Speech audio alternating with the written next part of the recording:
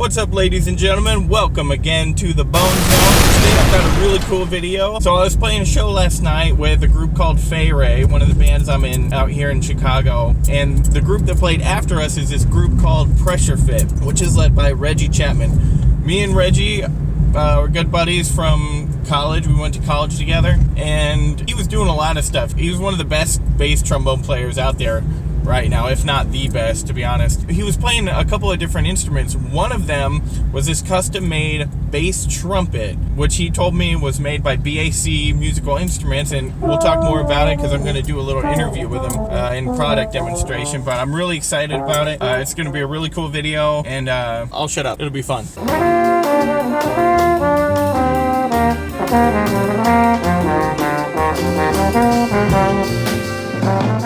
So Reggie, yeah, what's going on? Doing good, man. Feels good to be here in Chicago. Yeah. Good to see you. Yeah, it was a fun show last night. Yeah, dude, you sounded killing, man. Thanks. Fay Ray is doing it. So you got this thing going on with Pressure Fit, right? Yeah. Now what's that?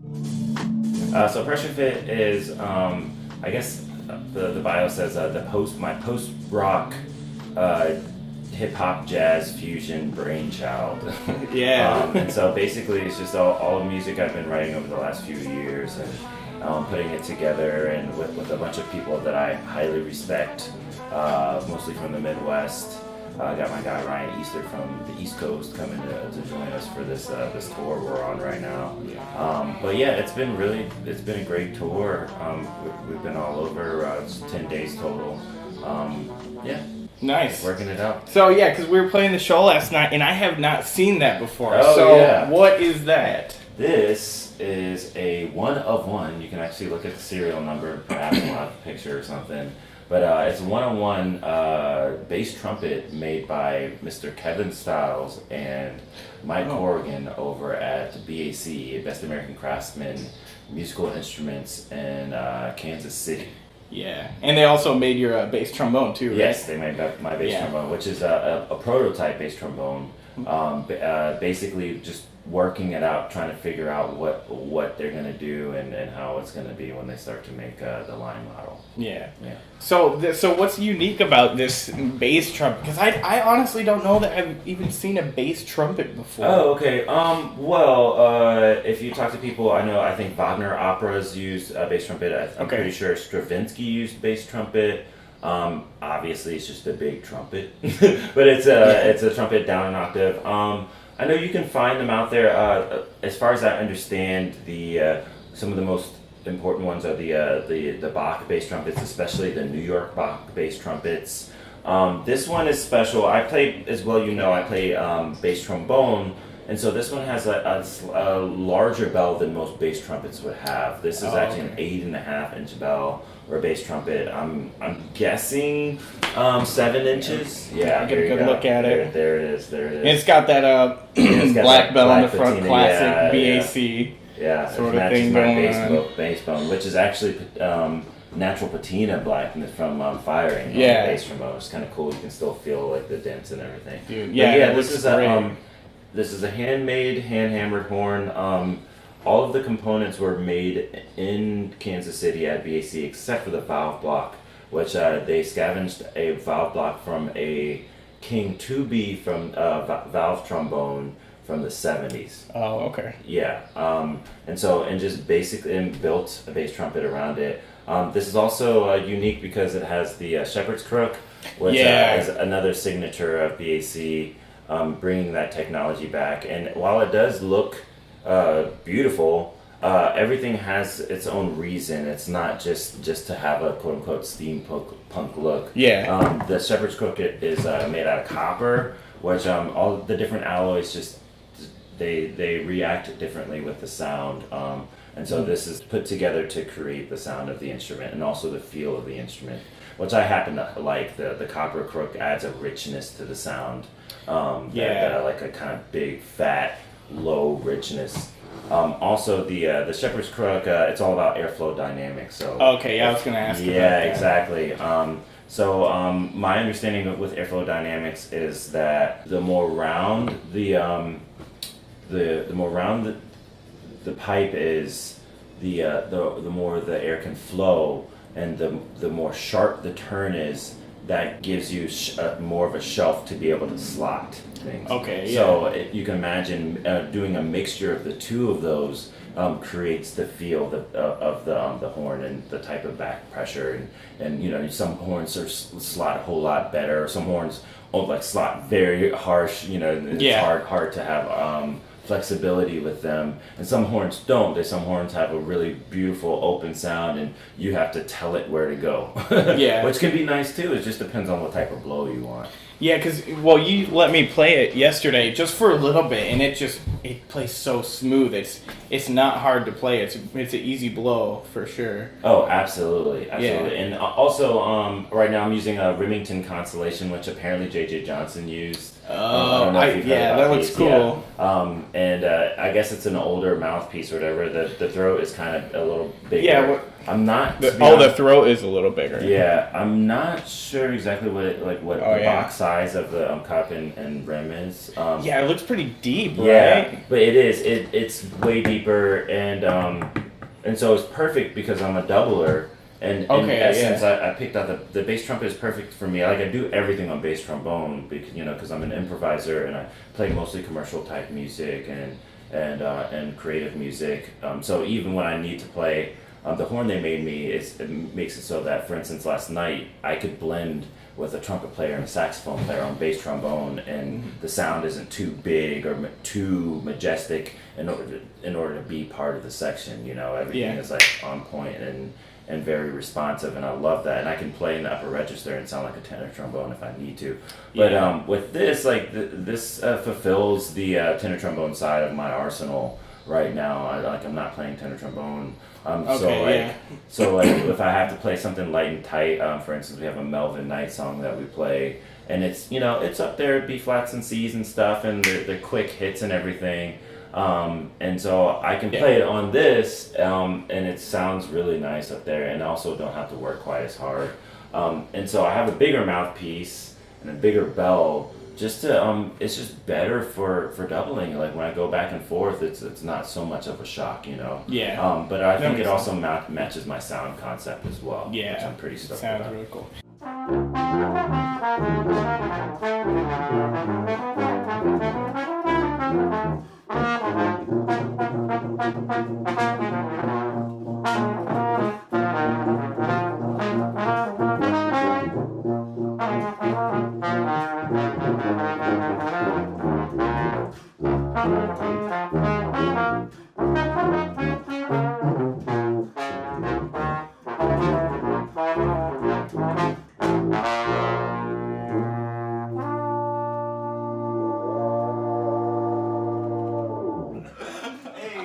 Yeah, you also, so I noticed you were using it with a couple of pedals. Yeah. Right? And so is that just like, just getting a unique sound? Like what's going on there? I mean, absolutely. Getting a unique sound. I mean, I've been playing bass trumpet for about a year now, or a little over a year. I got my first one, it was a Schiller from the guys over at New Sound Brass. I played the Mummers Day Parade. If you don't know what Mummers Day Parade is, you should check that out. That is a American social anomaly. Like I've never seen anything like that. I've been part of anything like that in my whole entire life. They had miniature ones of those when I worked in Hershey Park. Oh, okay. They had like little mummers parade. Dude, that stuff is crazy. It's so nuts. But you played in one of those? Yes, I did. Yeah, they hired me to play, which was awesome. And it was a long, amazing day.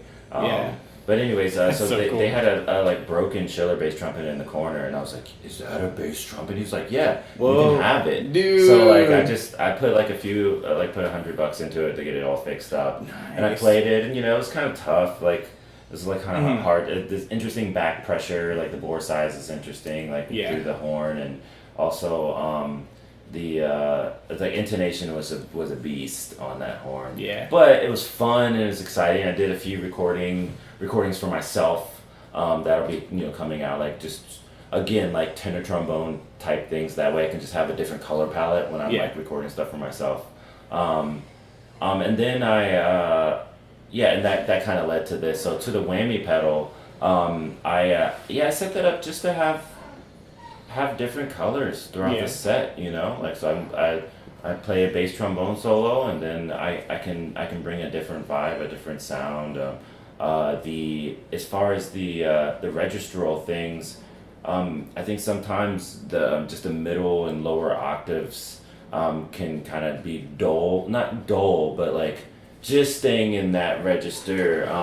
Sometimes I think the audience can kind of go past the audience a little bit, you know. Yeah. And so bringing things into the upper register allows it to pop a little bit more. Yeah, it was definitely cutting through, Yeah. for sure. I definitely heard it. That's why I was Yeah. like looking around, you know, to see what was going on. Exactly. And then people hear the ideas in a different light, which is really cool. And then for me, from a performer standpoint, I love playing, to get nerdy on you guys, I love playing extensions in the middle and low register because I play bass trombone, and I when I'm improvising, I'm thinking about playing like trumpet lines down 2 octaves, you know, like I like the melodic content, like that's how I'm perceiving it. And so sometimes those extensions can get lost when they're like below the Gary Lindsay lower interval limit to get nerdy on you. But with the Octaver, it allows me to hear those things in a place that otherwise physically I don't really visit that register, just because of I'm not there yet to be playing lines like that in like the trumpet range. But when I turn the Octaver off, it I don't know, it just contextualizes those sounds, you know? Yeah. And so that's been really nice and a really cool thing to deal with. It sounds really cool. And thanks, really neat. man. Yeah. So it's simple. It's just literally just adding another octave, you know? It's not like, I want to add some other pedals at some point. The other one was the compression pedal, just if you're wondering. Oh, okay. Yeah. Yeah, I was wondering about that. So the other question I have is range-wise on the bass trumpet. So it's probably pretty similar to a trombone, right?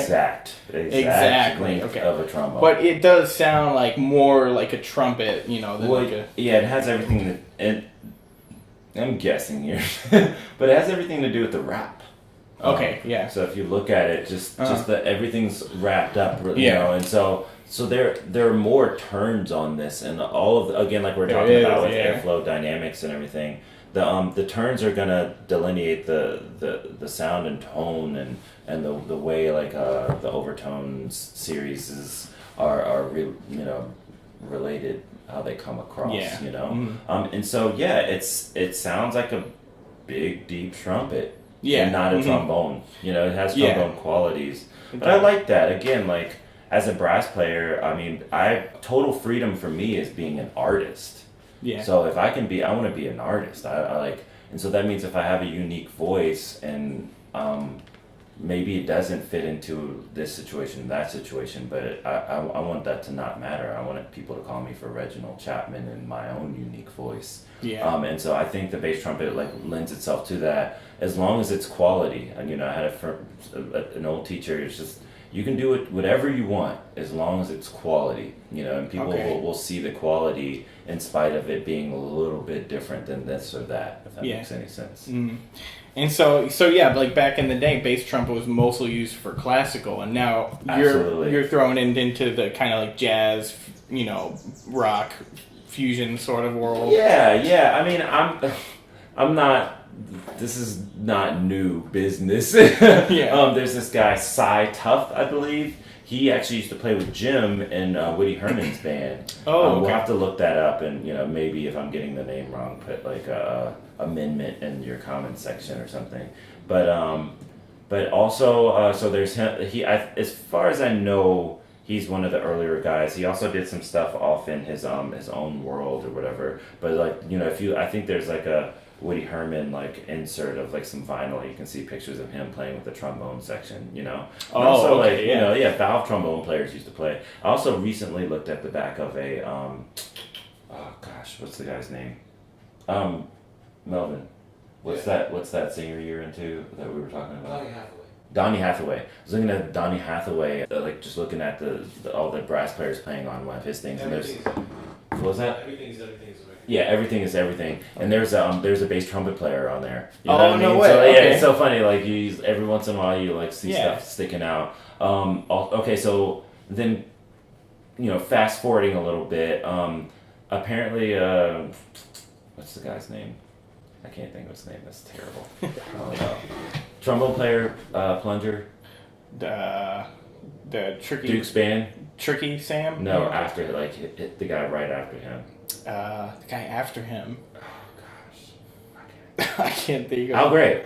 Oh, Al Gray. Okay, Basie. yeah. Actually, Yeah, no, Basie it was band. Basie Yeah. band. Yeah, he was like the Tricky Sam of Basie's band. Yeah. Yeah, but Al Gray apparently played bass trumpet, but no way. it looked more like a flugelbone, which is another thing you can get into. Like what they apparently there's like a whole family, like a lot of it for American style comes from marching band. So there's flugelbones, which is like basically a valve trombone, but in a setup like this. Okay, yeah. And then a king makes those.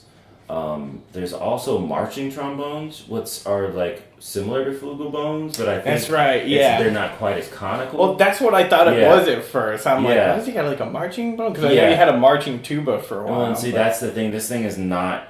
This is not is conical. This is cylindrical. Okay. You know? And so obviously, the more conical the sound, the more like euphonium it's gonna soft, almost like a flugelhorn, as opposed to a trumpet. You know. Yeah. But anyways, and then I mean, dude, like Elliot Mason, bro. Yeah. And to be honest, BAC they updated or they tweaked his New York Bach. But they tweaked his New York Bach, and they added a new shepherd's crook tail and a smaller bell. They added a new bell, but his is smaller just because of the nature of like his approach and everything. Yeah. And he actually got the option to have this one.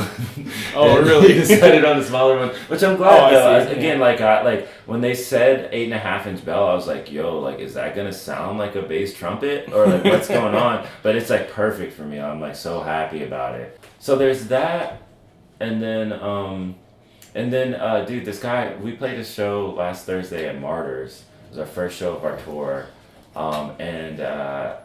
apparently there's a guy who went to University of Illinois with Joel Spencer back in the day. Okay. His name is Ryan Schultz. Ryan Schultz. Okay. Yeah, and I'll say this on record, but I think he's the king of the bass trumpet. Oh, like, okay. Seriously, Really? Yeah. So we played our set. It was our first set of the tour. It was good. It was really good. Like.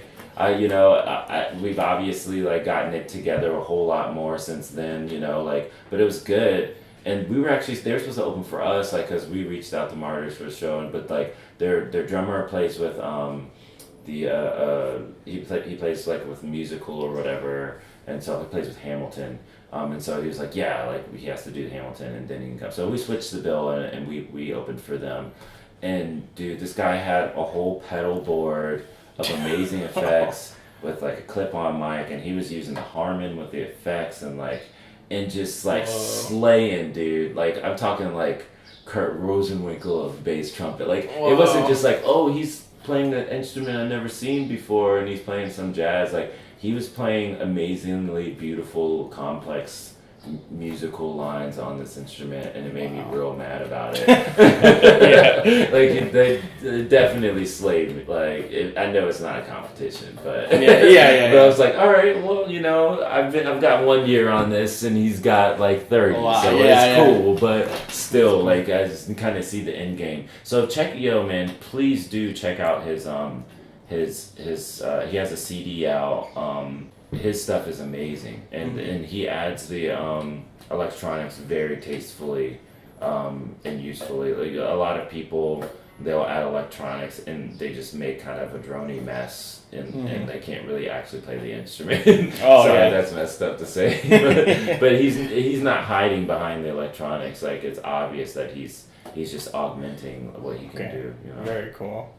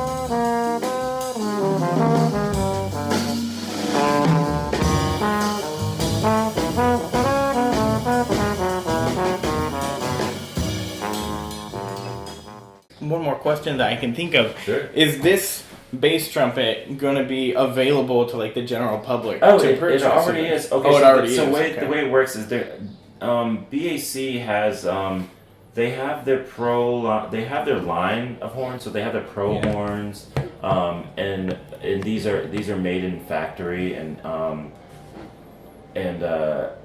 these are not handmade horns, you know. Oh, okay. And so, I mean, Fornell Newton was playing on one of the pro horns. The Beyonce's trumpet player, I can't think of her name right now, but she plays on one. What's her name?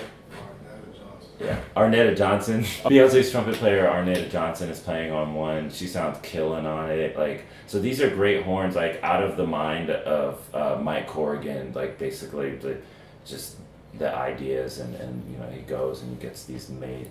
And also their introductory horns and student horns. There's a really great intermediate medium bore valve horn that they make for like, so imagine usually from BAC. Yeah. So imagine they in middle school they usually don't give students valve horns just because they're so big. Yeah. You know, and heavy. But this horn is like lighter so that the students can start out with their F attachment earlier.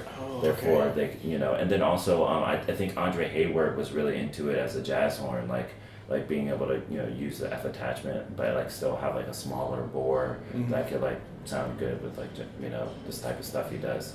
And then so there are all of those things, and then I guess, you know, I kind of see it as like rooms, like, and it's kind of like this when you go to their factory. It's kind of like this. You see all of these things, and then you go all the way upstairs, and that's where the customs, you know, that's where you see like it's like their.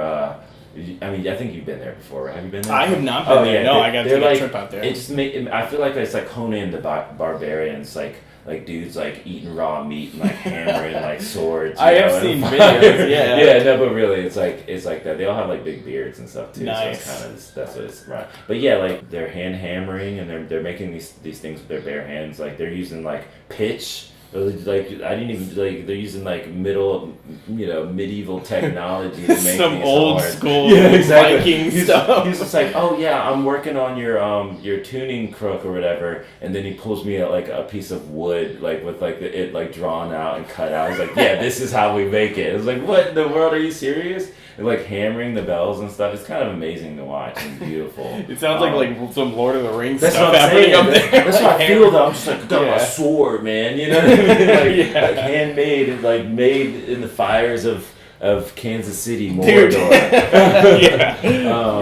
Which that place has vibe, man. Like Charlie Parker, that's his hometown. Like, yeah, that's right. A lot of great American music came out of that town, so it's like.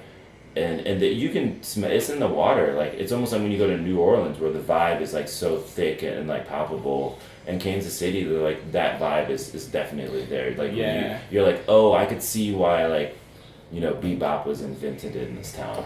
You know? Because a lot was going on out there back in the day. So it was like the Basie band get started. Oh yeah, right, yeah. Like was it the Blue Devils or something was out there? Maybe. What's the name? I don't. Yeah. What the name of the What's the name of that song? It's like 28th and Vine, 23rd and Vine, or whatever. Like there's a song, anyways. But like BAC is literally like you can see that like famous corner.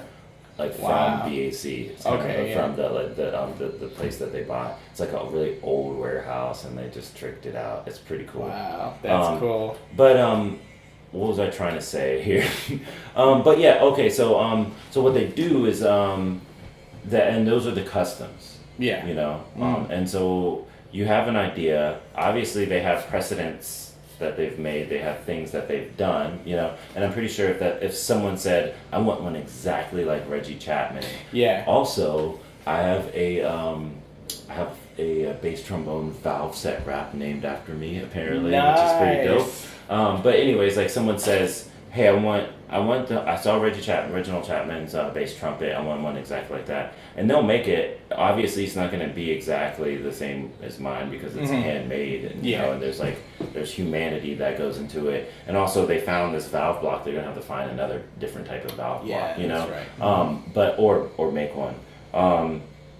But that's kind of how it goes. So, but the cool part about that is they could say, oh man, Reggie's horn is killing, but I think I want a smaller bell, or I want an unbeated bell, or maybe the Shepherd's Crook. I want it to be they've been working with stainless steel. They've been working with bronze. Okay, you know what I mean? So they can change the alloys. I think they're trying to do like a gold bell. Like there's I don't know.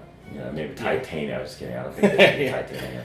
But anyways, cool. They actually made a horn with found metals. Wow. Okay. Which is kind of crazy. That is crazy. Yeah. And it actually got into a museum. But yeah, so as far as this horn goes, you just call the guy up. Yeah. And you say, hey, I want a bass trumpet.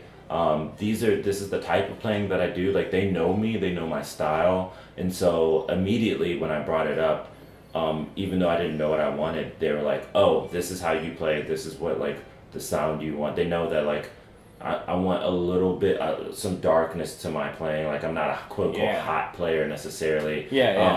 But the ability to be able to snap it when I need to. And so they picked all of this stuff out and put it together for me. And it made it sexy too. Yeah, dude, it looks so good. Yeah, just look at that. Just keep. Oh yeah. But no, I mean it really does. The wooden valve caps. Oh no way! Oh, that's nice. Yeah. But no, I mean it really does have a very unique sound, for sure. Yeah. They did a really good job on that. Yeah. Yeah, but anything you wanna plug before you play a little bit. Oh yeah. So I have an album coming out on for one, I'm moving to New York July 1st. I don't know when this is gonna be coming out. I have an album coming out on Fresh Selects label out of Portland. It's called Prototype. It should be a pretty awesome release. It's featuring the players from Butcher Brown. They're making a huge splash. Oh, yeah. They're playing all over that. Plus some guys from No BS Brass and all my original music and compositions. Keep checking out Pressure Fit. We're working on an album right now. We should be back on the road sometime within the year, which will be pretty awesome. And yeah, I guess that's it. Cool. That's it. Well, thank you so much, Reggie. Yeah. It was an honor. Dude, thanks so much. Hopefully I said something cool. Yeah, for sure. No, this is going to be great. Yeah, this is good stuff. Good. No, and it's such a unique, cool instrument, and it looks so nice. It sounds so good. Yeah, I want people to know about it, Yeah. It's cool.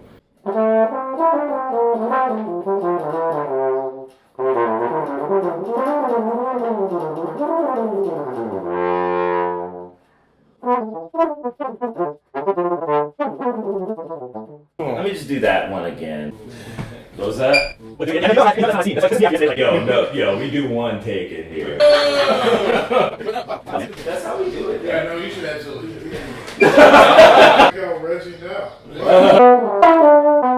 I know, right?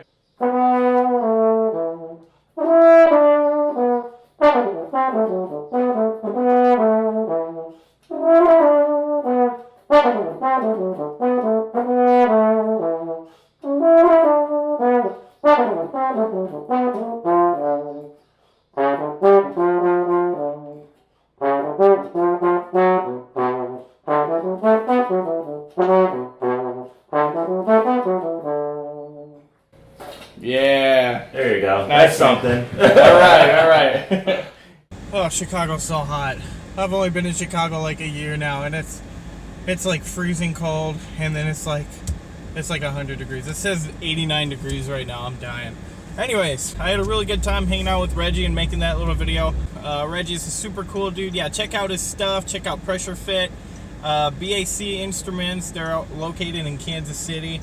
It was really awesome. I'm going to put a bunch of links in the description below for, just like the albums and stuff. Oh God, I'm sweating my butt off. I like doing these little interviews. I'm going to have a few more in the future, and if they keep going well, I'll just keep doing them. So subscribe if you want to see more of the fun interviews. I know I've got another one coming out soon that's really interesting. It's another BAC instrument.